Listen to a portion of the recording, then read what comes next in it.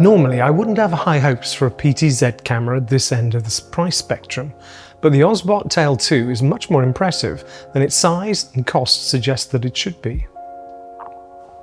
The picture quality it can produce from its 50 megapixel 1/1.5 inch sensor is worthy of a PTZ camera costing twice as much. And the software control could teach the competition a thing or two about design. Its auto framing is top notch, and innovative features like gesture control for zoom, recording and tracking make this an absolute bargain. Its built-in 5000 mAh battery will last about 5 hours, so it can be used totally wirelessly.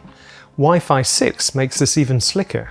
It uses gimbal-style brushless motors rather than cogs and gears of traditional PTZs, which means really good reliability and very quiet operation. While they were throwing the kitchen sink at features, they added a rotating sensor block, so the camera can record portrait or landscape in exactly the same resolution.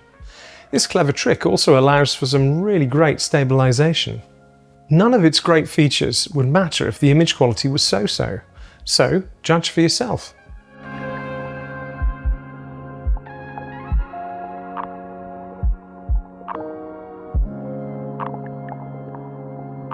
That 50 megapixel sensor extends the 5 times optical zoom range to a respectable 12 times without any loss of resolution.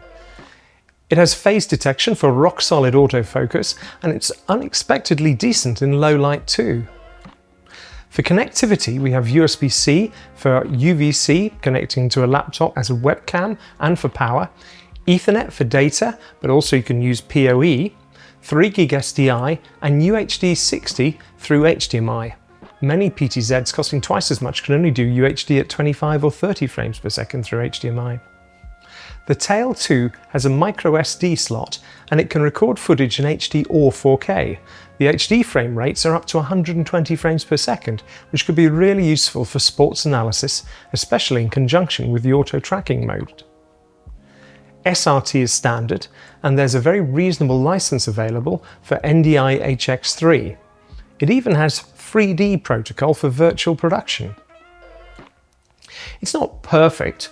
Dynamic range is a little limited unless you shoot in HDR mode, which does limit you to 25 or 30 frames per second, and the latency through SDI is 2 or 3 frames.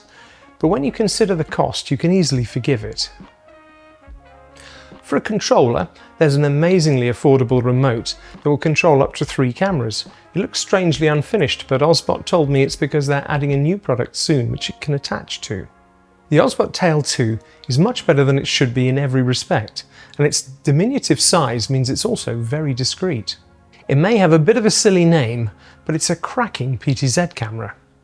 If you want more information about the Obsbot Tail 2, head over to our website.